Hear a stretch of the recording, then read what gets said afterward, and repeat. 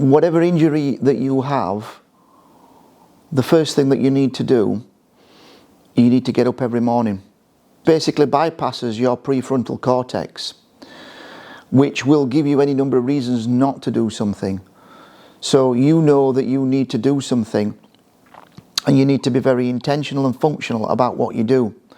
Functional is not thinking about it, functional is actually doing it, and intentional is getting on with it. First thing I did, got up, got into the shower, hot as I could bear. This creates a counter-irritant effect. So it basically reduces the pain, and what it does, the counter-irritant effect is, I'll tell you what it isn't, that's hotter than this is more painful, so therefore I'll focus on this. No, I'll tell you how it works. Counter-irritant effect goes straight back into your nervous system and resets your nervous system. So basically it closes pain gates in your nervous system, and then what happens is you don't register that as pain. So is there still the same amount of damage occurring? Well, damage is not necessarily damage, it can be compression. And if you take anti-inflammatories, you get what you're doing is you're reducing prostaglandin response to start with, so you haven't got as much damage that's potentially going on. It's halted. You just want the blood to the area to bring recovery and nutrients. Well, that's movement, isn't it? So, you know, movement brings blood to the area. So you get in the shower, you get heat, you get counter-irritant effect, you bring the blood to the area in the shower, you get yourself dressed and you get yourself comfortable as quick as possible. Eat a breakfast. Eat a breakfast. Why? Second thing, eating a breakfast is something else that closes pain gates. It basically helps you, having regular meals will help you to balance that pain. And the third thing is that keep having regular movement that is non-painful throughout the day. Them's three things, right? The fourth thing is your actual medication. To start with, you're going to need pharmaceutical medication. You're going to need NSAIDs, and you're going to need painkillers like SSRIs. And then what you can do is you can back off them as you introduce a regime of natural ones which will take over, and they'll be far more reaching and they'll get you recovered a lot faster. Coming off pharmaceutical painkillers and using natural painkillers. Now here's the deal, everybody. Allopathic medicine just treats symptoms. Now if you want to stay on painkillers for life, what will happen is you'll take SSRIs, opioids, and then what will happen with that is that will upregulate the pain while it downregulates your nervous system. So what will happen is you'll become more acutely aware of pain because you'll not have the natural pain-killing effect. Second thing is you'll become dependent on the NSAIDs as well, and the NSAIDs long term, you can either take a large dose small term or a small dose long term. But trust me, if you continue taking a large dose long term, you've got damage to the lining of your stomach, which is peptic ulcers, and that is seriously bad.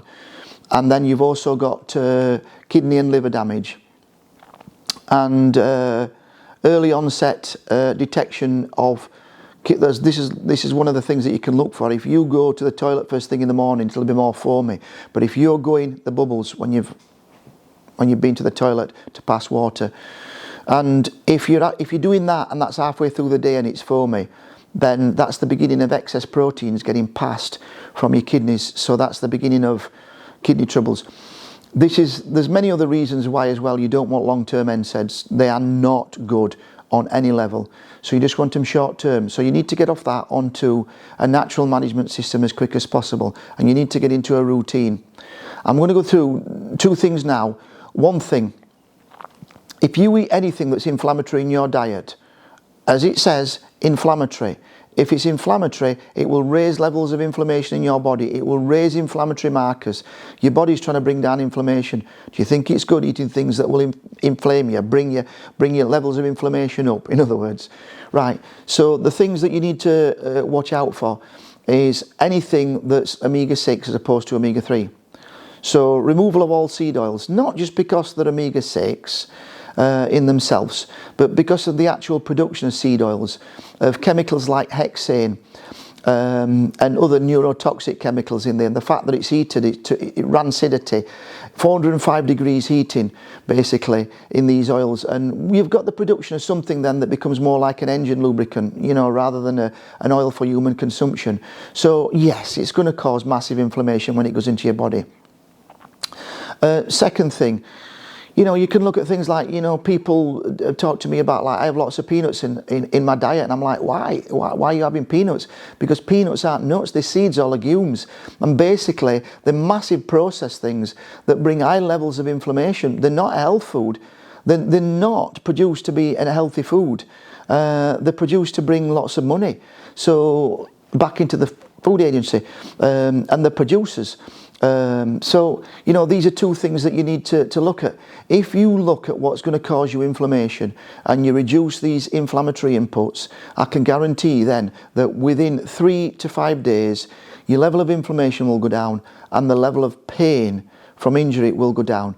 You need to look at also what you're going to take in that's going to, for pain modulation and for closing pain gates. So what's going to actually raise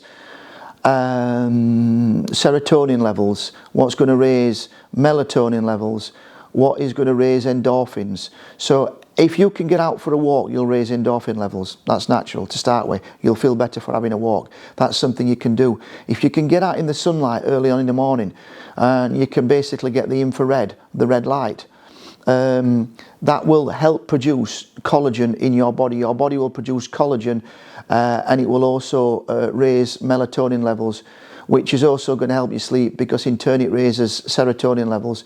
What will naturally help these, naturally help your body in pain equipping? Well, you can use magnesium glycinate. The minimum that Google says for magnesium glycinate is like 500 milligrams a day. I would say that's nowhere near. I would say that I've been using over 2,000 milligrams of magnesium a day. Magnesium glycinate, it's magnesium that's attached to glycine, which is amino acid, which targets the area very, very specific, wherever it needs to go. So magnesium glycinate would be my go-to. And it will work very, very well on wherever you need it to go. What else would I also need? Well, I'll tell you what else I did as well. Zinc, because zinc is involved in down-regulating pain and also production of serotonin, right? So this is to do with circadian rhythm and sleep. The number one thing, the more sleep you get, the more you're going to recover. You don't sleep because you're up with pain, then you're not going to recover. Your levels of inflammation are going to go higher and higher and higher.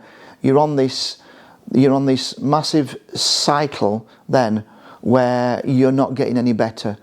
So you need to basically sleep as much as possible, and if you think some days you're absolutely tired and you need to lay until dinner time, then so be it. So get it. You know, if you're tired because you've not slept because of the pain, then you need to get that in and you need to sleep. And don't think you're being lazy. This world will say, oh, you're being lazy, you should only have 5 hours sleep. Well, read a book by Matthew Walker, who's PhD sleep scientist, and he'll tell you 8.5 hours every night. Optimal, basically, for full recovery. The next thing, what else would I use? There's something called NAC, N-acetylcysteine. N-acetylcysteine helps regulate and modulate pain. So it closes pain gates and it raises levels of glutathione in the body. And I'll just leave it here. It's a fantastic painkiller in itself, an anti-inflammatory. How much would you need? 2,600 to 3,000 milligrams a day of that. Even though you'll get Google telling you 600. If you want to do a tertiary search, which is not what Google tells you, it'll give you you'll look at your primary search and you'll see your secondary search and you do your tertiary search.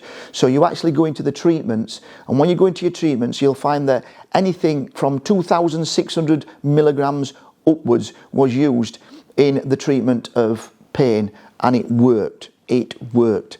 So that's something else that works. For absorption, you want vasodilation because you want as much blood in this area as possible, but you don't want a cytokine storm. You do not want prostaglandin storm. So you just want blood in the area. So basically you could do it like vasodilation, so you'd be better off using L-arginine for that. That's something else that's great as well, L-arginine. Vitamin C, because it's a very strong antioxidant and it works with your nervous system on also regulating and modulating the pain along with everything else that I've mentioned. So there we've got zinc, magnesium, we've got vitamin C, vitamin D. Vitamin D is involved in signalling, correct signalling in your nervous system, among a lot of other things. It's the only vitamin that your body can produce on its own, so that's just something pretty strong about it. And it acts a lot like a hormone, right? And it also acts in regulation of a lot of other things. So vitamin D3, because if it's D3, it's cholecalciferol. And a vitamin D3 with K2 for absorption, so that basically, you know, calcium doesn't hang about. The vitamin D3 is absorbed with the K2 and the nattokinase, which is also going to help in the pain regulation. So there you've got D3. I've mentioned vitamin C, I've mentioned NAC, other things that will work. B12, vitamin B12. Vitamin B12, it doesn't upregulate, it actually downregulates. So if you've got overactive sensory nerves, it will basically reset that. So the B12 works really, really good with that. And then finally, so L-carnitine is something else as well that will also work good in pain modulation. So you put all these things in, you're just going to say, well, that's rather a lot, isn't it? But the point is, you should be taking the majority of these things as a baseline in your supplements anyway, because 80% of this nation are lacking in magnesium and D3. Why do you think we all get ill in winter? Because there's more bugs about in winter. Give your head a shake for that one, right? Summer, there'll be more raising bacteria in summer, won't there, when it's hot, than in winter, because winter tends to kill it. It's because we layer up, we wrap up, and we have no sun exposure, and then basically our ability to produce D3 goes right down. So we're all deficient in D3 in this grey isle, no sun. We're deficient in magnesium, we're deficient in zinc, because most diets rob you of these anyway, these three things. We're deficient in vitamin C, and anything that's fortified, it will be saying it's fortified with folic acid, that becomes neurotoxic, and the vitamin C that they put in is the vitamin C that they would use like in fertilizers and things like that, and mass production, so it's not a good vitamin C. So again, you're being robbed of the essentials that you actually need. So it's a good idea to have a baseline of supplements, and all you're doing is you're increasing certain things. So you need to look at what's my vitamin B12 like, what's the, you know, and look at these things and increase them. And then that's natural pain killing, and that really does work. The other thing as well is have your meals at the right time. Don't be willy-nilly, oh, I'm going 6 hours and 8 hours between meals. You need to eat every 3 hours and eat a small amount of every 3 hours.